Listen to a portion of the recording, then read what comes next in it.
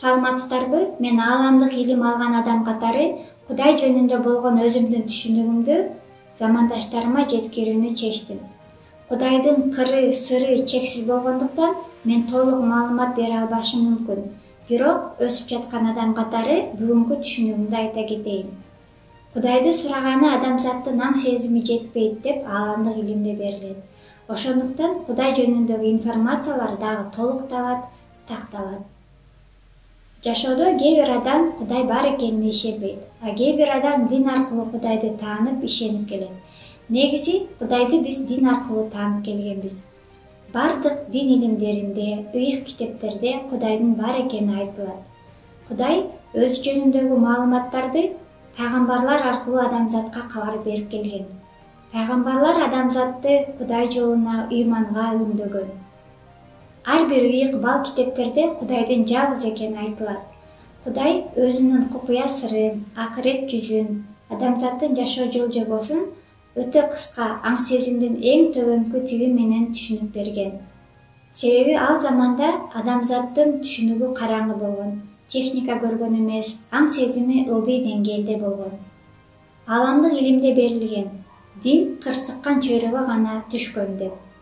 Бүгүнкү заманга чейин пенделер сыйынган, чокунган, ар кандай диндер, христиан, ислам, буддизм болобу, ыйык аталган пайгамбарлар, Иса, Муса, Мухаммед ошол учурдагы эволюциялык өнүгүүнүн багытына гана жарактуу болгон.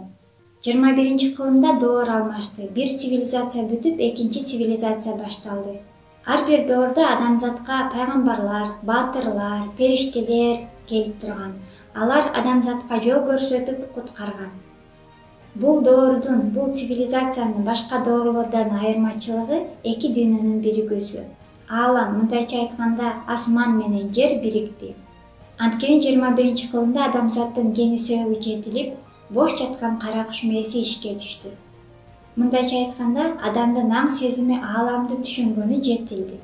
Себеби адам көп жылдык эволюциялык доорлорду басып өттү. Таш доору, темир доору, техника доору. Адамзаттын аң сезими жетилгендигинин далили адам түрдүү технологияларды ойлоп тапты. Нанотехнология, генный инженерия, керек болсо искусственный интеллектке чейин ачып койду. Бул доор, жаңы цивилизация, алтын доор деп аталат. Адамзаттын аң сезими жетилгендиктен Кудай өз сырын, жүзүн адамзатка көрсөтүп, адамзат менен эсептешкени жерге келди. Бул доордо эч бир адам Кудайсыз жашай албайт. Анткени бул доордо Кудайсыз жашоо болбойт. Ошондуктан ар бир адам Кудайды таанууга милдеттүү болот. Кудай чын эле барбы? Ал кандай? Кудай бул энергия, көзгө көрүнбөгөн нур. Кээ бир дин илимдеринде Кудайды материя катары сүрөттөп келген. Кудай энергия болгондуктан ал абада да, сууда да, жерде да, күндө да. Анткени Кудай өзү чексиздик. Куранда Кудайдын 99 аты берилсе, ааламдык илимде Кудайдын сан жеткис кыры бар делет. Ааламдык илимде Кудайдын касиети, кызматы, милдети мындай деп айтылат. Кудай Теңир, ааламды, адамзатты, табиятты башкаруучу улуу күч, жоктон бар кылуучу, жан алып жан салуучу, жан дүйнөнү өстүрүүчү, өлтүрүүчү, кечиримдүү, кереметтүү, колдоочу, коргоочу, эки көзгө көрүнбөгөн көк мейкин сөлөгөт, чексиз кудурет деп берилет. Аба бар жерде Кудай бар. Динде Кудай жөнүндө берилген маалыматтар да туура. Мисалга, исламда Кудайдын сыпаттарын айтып келет. Баарын көрүп билип туруучу, өкүм чыгаруучу, адилет кылуучу. Кудай эч нерсеге муктаж эмес, асмандагы акылдуу зат, түбөлүк түрүү, теңдешсиз жаратуучу деп айтылат. Ааламдык илимде берилет. Кудай ар бир доордо өз ордун, кызматын өзгөртүп турат деп. Эки дүйнө бириккенде аалам жерге түшкөндөн баштап касиеттүү кыргыз элине аян маалыматтар бериле баштаган. Алардын ичинен Адеми, Атомгүл, Ажыбаев Эргешбай, Зүлфе Ибраим кызына Кудай жөнүндө көп маалыматтар берилген. Мисалга, Кудай жарыгы китебинде Кудай мен да жерде жашап өткөм деп айтылат. Демек, бул заманга чейин кайсы бир доорлордо Кудай жерге келип адамзатты куткарып турган. Эки дүйнө бириккенине байланыштуу аалам күчтөрү, Кудай энергиясы, арба, периште, инопланетяндар энергия катары жерге түштү. Алар оттун, суунун, таштын, абанын курамында. Аба аркылуу энергиялар, арба, периштелер адамзаттын корпусуна жайгашып, адамды эскичилигинен чыгарып, жаңы доорго өткөрүү максатында ар бир адамга белги берип, түшүнөн эскертип, эски түшүнүгүнөн чыгарып жатат. Эгер адам эски түшүнүгүнөн, эски психологиясынан чыга албаса, адамдын ичине жайгашкан энергия адамды күйгүзүп, айыкпас оорулар ошондон пайда болууда.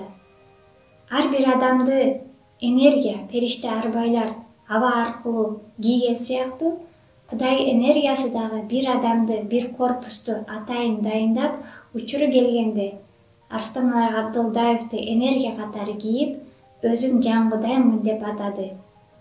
Арстанбай Абдылдаевдин корпусу жөн гана аткаруучу. Ичиндеги чоң жан, Кудай, Алла, Теңир дейбизби, чоң энергия отурат. Ошондуктан Жан Кудайдын ою, көзү, сөзү закон болуп ачыкта орундалып жатат. Азыр заман бузулганына байланыштуу пайгамбарчы баатыр келип адамзатты куткарбайт. Анткени адамзаттын аң сезими жетилди, техника өнүктү. Пайгамбар келсе адамзат баш ийбейт. Баатыр келип кылчы менен чапса, бул заманда соттолот же камалат. Ошондуктан бул доордо бир гана Кудай келип адамзатты бул жалган жашоодон куткарып, жаңы цивилизацияга өткөрөт.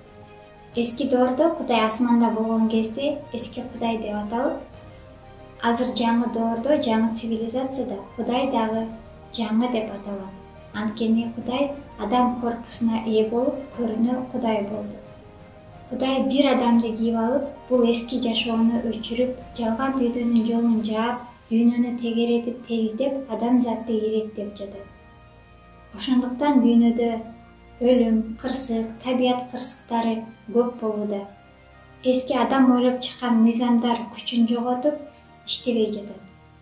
Жан Кудай дүйнөдө эволюцияга таандык болгон диндердин жалган жолун жаап койду. Анткени бул заманга чейин мечет кылымдарда дин дагы бурмаланып, чындыгын жоготуп келген. Ошондуктан ааламдык илимде берилет. Жан Кудай чындыкка кеткен жолду ачуучу, жалган дүйнөнүн жолун жабуучу жалгыз сот деп.